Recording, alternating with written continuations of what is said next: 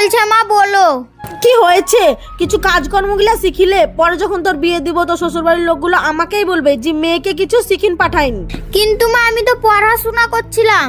কি দরকার এত পড়াশোনা করার? মাধ্যমিক তো হয়ে গেছে।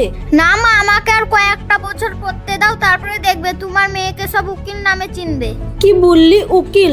তোর বয়সের মেয়েদের বিয়ে হয়ে গেছে, তুইও বিয়েটা করে নে, আমাকে উদ্ধার কর। মা তুমি এসব কেন ভাবছো? আমার যদি বিয়ে নাও হয় কিন্তু আমি তো আর মরে যাব না। কি বললি? দাঁড়া, আজকে তোর আব্বা আসুক, তারপরে দেখছি তোর বিয়ে কেমন করে দিতে হয়। এই মেয়ের মাথা খারাপ হয়ে গেছে, এর যদি আমি উকিল হওয়া না তোলাই তো আমারও নাম নাজিমা লয়।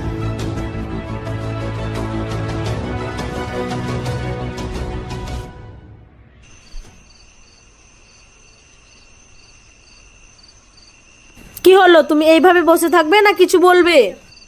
দেখো, প্রিয়া আমাদের একমাত্র মেয়ে, সে যদি পড়াশোনা করে নিজের পাতে দাঁড়াতে চায় তাতে ক্ষতি কিসের? তুমি ব্যাপারটা বুঝতে পারছো না। বাড়িতে যদি যুবতী মেয়ে থাকে না তো 5 জন 5 রকম কথা বলবে। কিন্তু ও তো খারাপ কাজ করে না, ও তো পড়াশোনা করছে। আমি ওর পড়াশোনার বিরুদ্ধে নয়, পড়াশোনা করতে করতে আর বয়সটা পেরিয়ে যাবে, ওকে কে বিয়ে করবে? তুমি কোনোদিন এই কথাটা ভেবেছো? না মানে আমি ভাবিনি তো। তুমি ভাবোনি? পড়াশোনা তো শ্বশুর বাড়িতে গিয়েও করতে পারে, আরো কত মেয়ে আছে শ্বশুর বাড়িতে গিয়ে পড়াশোনা করে। হ্যাঁ, সেটাও ঠিক বলেছো। দেখো, তুমি যদি রাজি হও তো আমাদের পাশে গ্রামে একটা ভালো সম্বন্ধ আছে, ওর সাথে আমার প্রিয়ার বিয়েটা দিয়ে দাও। হুম। কি ভাবছো? প্রিয়া আমার একটাও কথা শোনে না, তুমি বোঝাও, তোমার কথা শুনবে। ঠিক আছে, আমি দেখছি।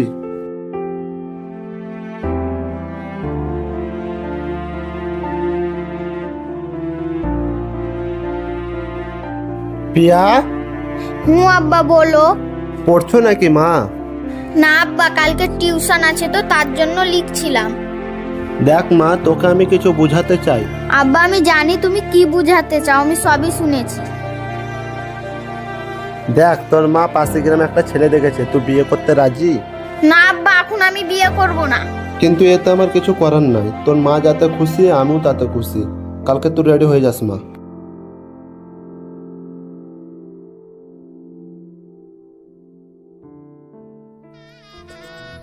কয়টা গ্রামের নিবাসী গোলামের মেয়ের সাথে সাহেবের বেটার বিয়ে কবুল।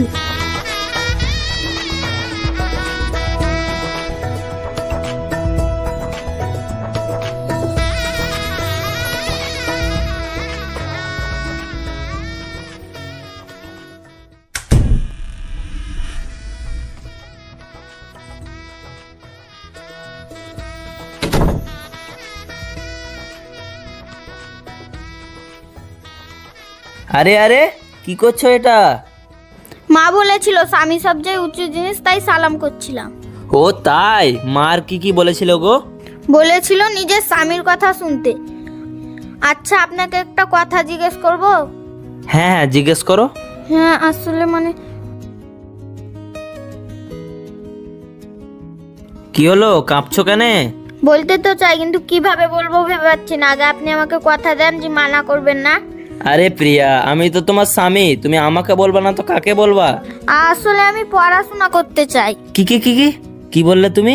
হ্যাঁ আমি উকিল নিয়ে পড়াশোনা করছিলাম, কিন্তু মায়ের জিদের কারণে আমাকে বিয়ে করতে হয়েছে। আপনি যদি চান তাহলে আমি একজন উকিল হয়ে দেখাতে পারবো। ব্যাস এইটুকু মাত্র?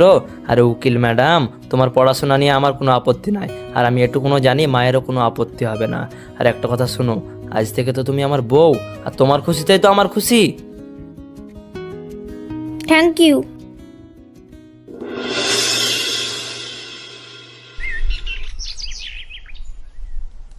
আরে খালা, ঘরটা কখন বেরোছিলে? এসো বসো।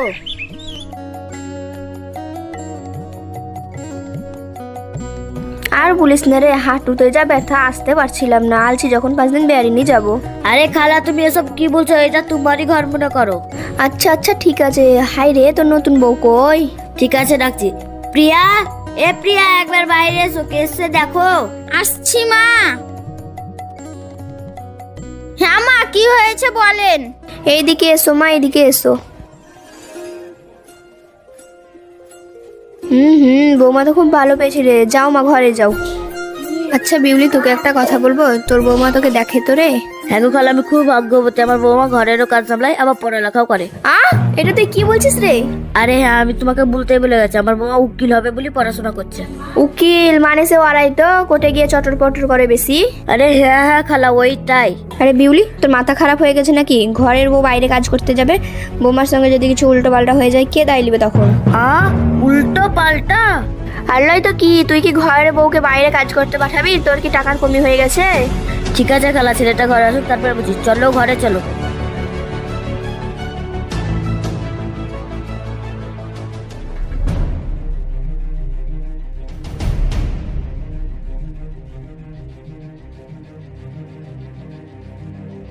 এই থাম, কোথায় যাচ্ছি? এই তো মা, ঘরে গেছিলাম। ঠিক আছে ঘরে যাচ্ছি, একটা কথা বৌমাকে বলে দিবি, পড়ালেখা ছেড়ে দিবে। কেন মা, ও কিসের লেগিন পড়ালেখা ছাড়বে? দেখ, তোর নানি বলছে ঘরের বৌমা বাইরে কাজ না করাই ঠিক। সেটাও ঠিক বলেছো, কিন্তু মা ও তো বলছে ওর একটা স্বপ্ন আছে, ও কাজ করবেই। হে, আর কাজের কিছু বলতে দেওয়া যায়, টাকা পয়সা দিয়ে বন্ধ করতে, দেখ ঠিক লাইনে চলে আসবে। ঠিক আছে মা, আমি দেখছি।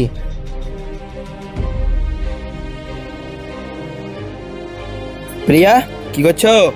এই যে রান্নাটা চাপিয়ে জামা কাপড়গুলো ছিল তাই গোছাছিলাম। ঠিক আছে, আর একটা কথা শোনো, তোমার পড়াশোনা সব বন্ধ করে দাও। কিন্তু কেন আমি পড়াশোনা বন্ধ করব? দেখো, আমার নানি এই কাজটা পছন্দ করে না, আমার মাও পছন্দ করে না, তার লেগিন তোমাকে আমি এই কাজ করতে দিতে পারবো না। আমি পড়াশোনা বন্ধ করে দিব এই কারণে যে তোমার নানি চায় না বৌমা বাইরে কাজ করুক। হ্যাঁ, আর আমিও চাই না যে আমার বউ বাইরে কাজ করুক। ঠিক আছে, আমিও দেখছি যে আমার পড়াশোনাকে আটকায়।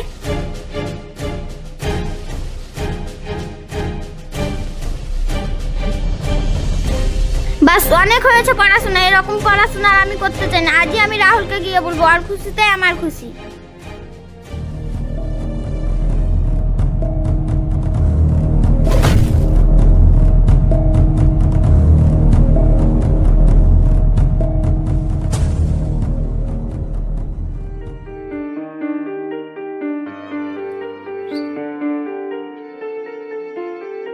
তোমার বউ এখন ঠিক আছে, প্রচন্ড টেনশনে অজ্ঞান হয়েছিল। ডাক্তারবাবু, কোনো খুশির খবর আছে নাকি? আরে না না মাসিমা, আপনি যেটা ভাবছেন সেটা না। আর হ্যাঁ, আর একটা কথা, আমি চিকিৎসা করে জানতে পারলাম আপনার বউ মা হতে পারবে না। কি বলছেন এটা? হ্যাঁ, আমি ঠিকই বলছি। মানুষের টেনশনে আর চাপে কিছু সময় এমন হয় যে মেয়েরা মা হতে পারে না। তার মানে এটা না যে ও মা হতে পারবে না। যতটা সম্ভব ওকে খুশি রাখার চেষ্টা করবেন।